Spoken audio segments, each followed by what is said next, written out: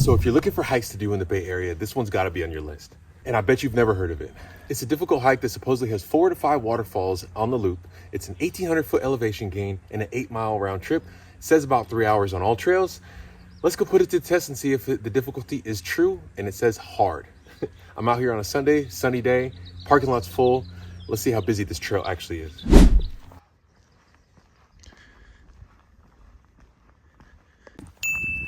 All right, what's up, my travelers?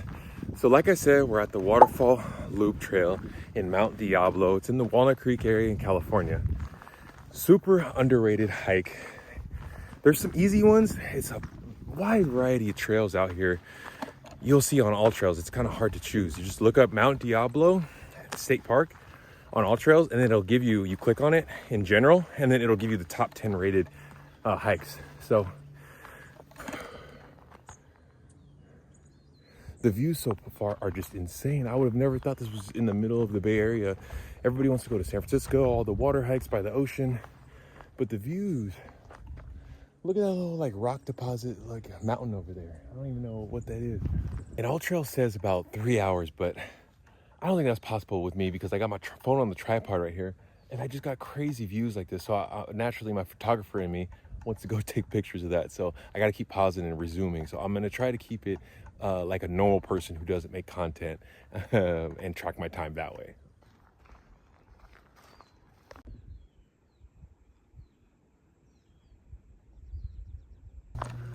Some quick stats on this hike. I was looking for something that was going to be challenging, but not too hard. I don't like hikes that just go straight up and then back down to the parking lot. So this hike kind of starts off with a little incline, goes down, a little more incline, goes down and more incline, and then back down to the parking lot. And then a little bit, probably more of an incline, just enough to finish you off and for a cool down at the end. Make sure that you stop at the visitor center when you park here. The parking lot was full. It was a Sunday. It's one of the only sunny days that we've had here in the Bay Area so far.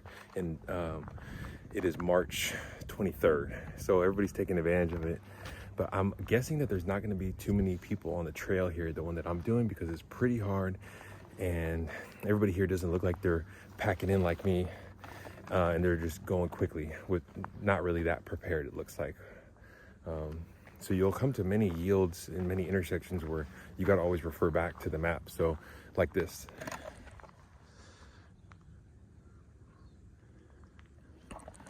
So as you see here, there's 3 different ways that you can go. So you always have to be referring back to your map, it looks like, at the beginning of the trail. Go to the visitor center. There's a QR code you could scan. It's a $6.50 day pass fee. And I talked to the nice ladies. There was 2 of them. They've both been working here as volunteers for 6 years. They're very knowledgeable. They made sure that I had good hiking shoes and a pack. And then they gave me a physical map as well. So you don't have to rely solely on AllTrails here. So it looks like this is the correct way to go. At the Yield Culture Pine Trail. And you go up that way. And look, just when you're starting the hike, you might see some wildlife. Check out these deers.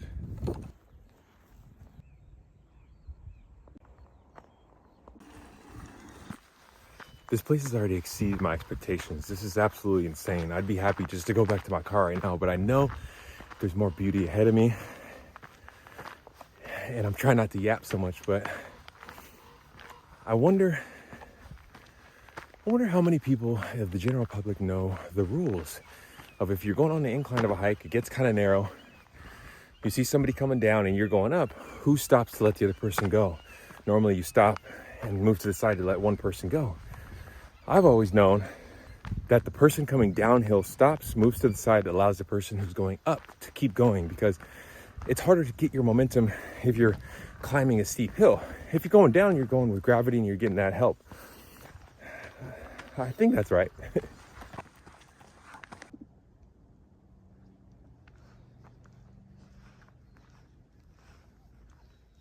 And tell me if you think I'm underprepared or overprepared in what I put in my pack. So I've got Camelback. I think it's a 2-liter water reservoir. I've got a roll of toilet paper, 2 little black trash bags, just in case. I made lunch, meal prep. I'm trying to stay on a strict calorie deficit right now. That's another story. And I think that's about it. Oh, a bunch of, I got 2 different headphones in case one dies. I just always need my music. One thing I wish I had was a portable charger, because You need that music and those like motivational podcasts, I feel like, to help you get through that last little leg of the hard hikes. And of course, there's more yields. So I'm going to Eagle Peak Trail. Let's go this way, guys.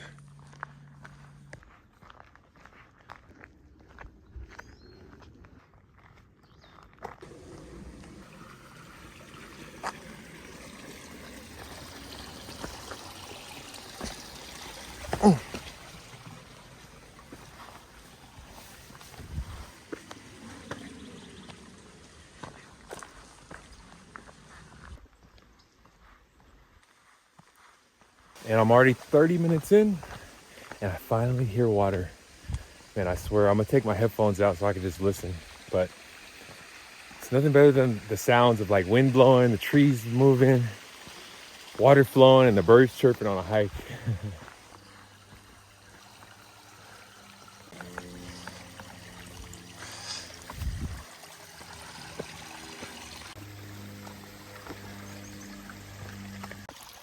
So according to AllTrails, this is waterfall number 1.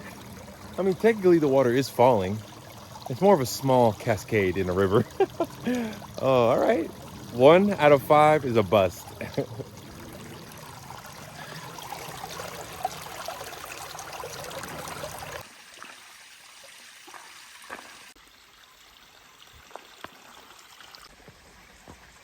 All right, one of the reasons why I love this hike so much is because you'll be going through like a canopy of trees, walking along the river, hearing it, and then boom, you get these breaks and you're just surrounded by green mountains. It truly is amazing here.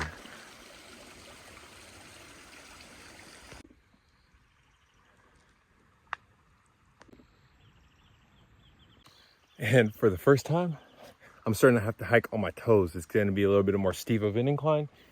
45 minutes in, let's go.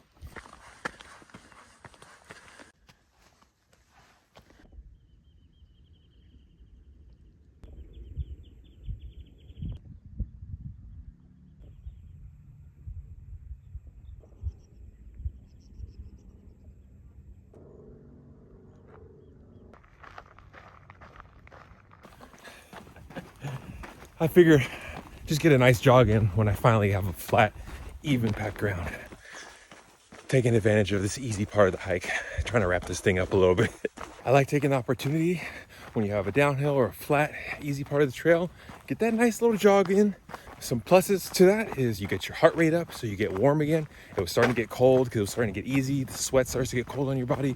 When the shadows are over you, they start to get even colder, and you want to keep your nice warm temperature. So I already see I have a kind of a crazy incline coming up. So I wanted to speed this trail up. It's the longest trail I've done in a really long time, so I'm kind of scared.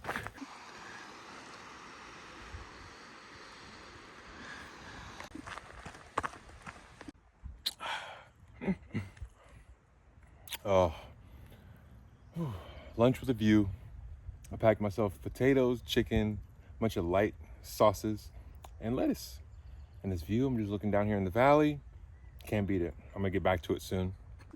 So I totally missed on yet another yield to go on the trail.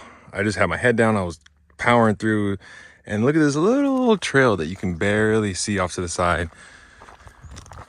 Falls Trail. Okay.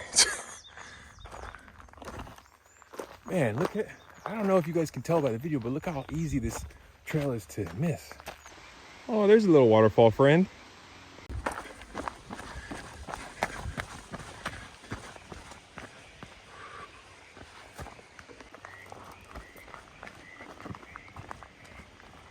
At this point, I'm at the peak of the major part of the hike. I've got about halfway to go, a little less than halfway of the total trail. And it just opens up to the valley, and you just keep on trucking. Whew. Like I said, this part of the trail really has a bunch of surprises. Just make sure you stay on the trail and keep a lookout, because it's kind of deceiving. They got a bunch of yielding paths all around here. Oh.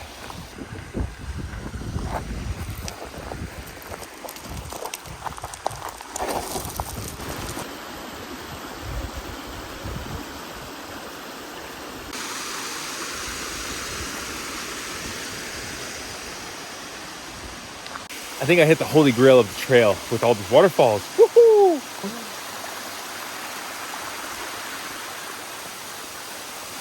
Oh yeah!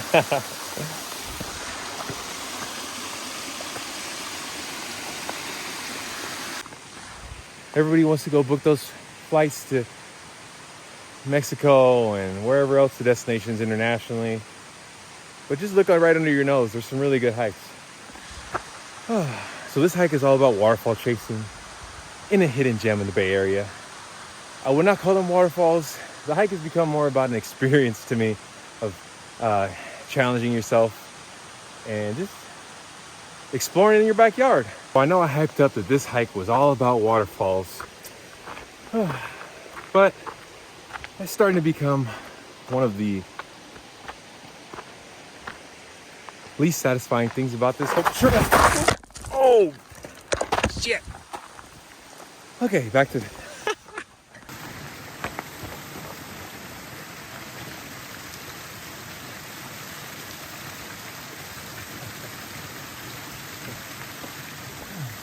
I think we found waterfall number 4.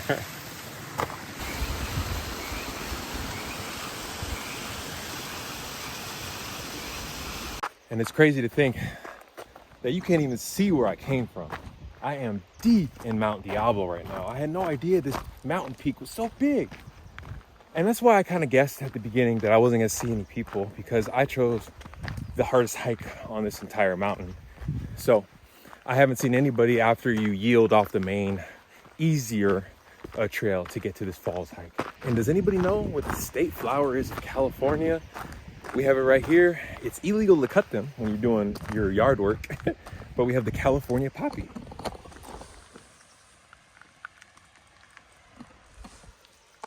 So beautiful. I am so excited to see the grand finale waterfall. I did not think that there would actually be a waterfall the way that this hike was looking. People were calling them waterfalls. Little cascades at best. But let's go see. Maybe there's a pool I can jump in. It's hot, man.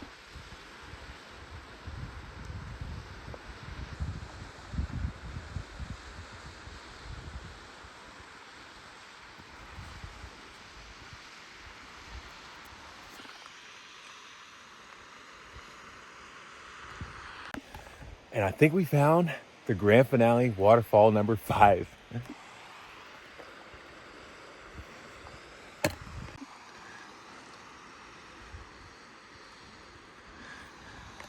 And if you're watching this video and you think this trail is too difficult for you, you know what? I know it's too difficult for me. And I have a moderate workout routine. I work out about 5 days a week. I lift heavy-ish weights, and I do about 30 minutes incline on the treadmill, real slow walk, about 3 times a week. Get a nice sweat on, hit the stop button, head out of there. But the mindset that I want everybody else to have that doesn't think they're capable of something this long, 8 miles long, is to think about it like a treadmill. A treadmill, you can hop on, hop off, control it. This, you have no control of. The treadmill, whenever you start feeling tired, that little part of your brain that tells you to stop, it's getting hard, go sit in your car, go get that AC, go get that meal that you wanted, go get that In-N-Out burger that you deserved. You don't have no stop button here. I like choosing hikes that give me no out. There's no parking lot I can go call an Uber if things get too hard. Because you start thinking about these things when you're hiking. You're like, man, you know, if it gets too hard, let me look on the map, on the trail map, to see if there's any point where I can just get off and call an Uber or a bus to get home. I've thought about that many times on many trails. But I get the fear of the unknown and the what ifs. What if this happens? What if you just get out there and challenge yourself? Obviously, go with a friend if you're scared. Share your location with somebody. But if you never take advantage of a nice day like this, I could have easily had 5 errands I needed to do today and just wasted my whole day doing errands, shopping. But I'm a procrastinator, and I choose the things that make me happy than the things that I need to do, and I'll keep pushing those off till tomorrow on a Monday. And I really think that this hike, terrain-wise, is top tier because it is very challenging, of course, but the spikes, the ups and downs, they're not just straight shots up and straight shots down. On the way up to the peak, you kind of have like this jagged edge of up and down, up and down. So it's never totally straining on one muscle group of your legs. It's a good variation in terrain and steepness. And you see, this is that mess I'm talking about. You mess around and not pay attention, you're gonna miss your yield. There's just too many out here. I don't know. Let me check AllTrails.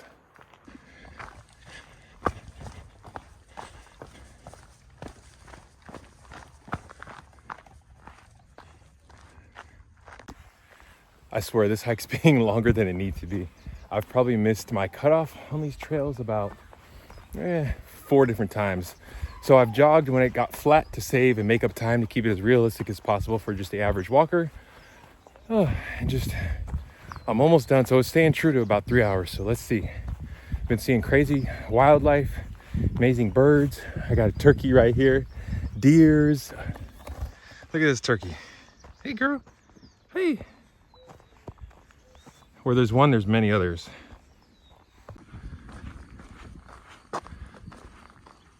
And I'm at that point in the hike where you're assessing all of your injuries. You know, you never know at what mile or marker of the hike where your shin's gonna start hurting, your ankle, your right back knee, your hip flexors. But right now, I feel pretty good. My left ankle is a little tweaked. I think it's only because I slipped at one point when I was trying to jog on a trail. But the assessment seems like we're all good still.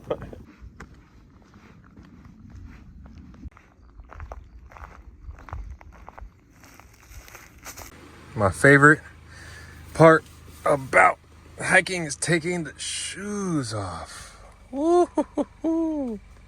And this is the face of somebody who is dreadfully tired. I can't wait to eat dinner and go to bed. But I would recommend this hike. It was hard. AllTrails was very right.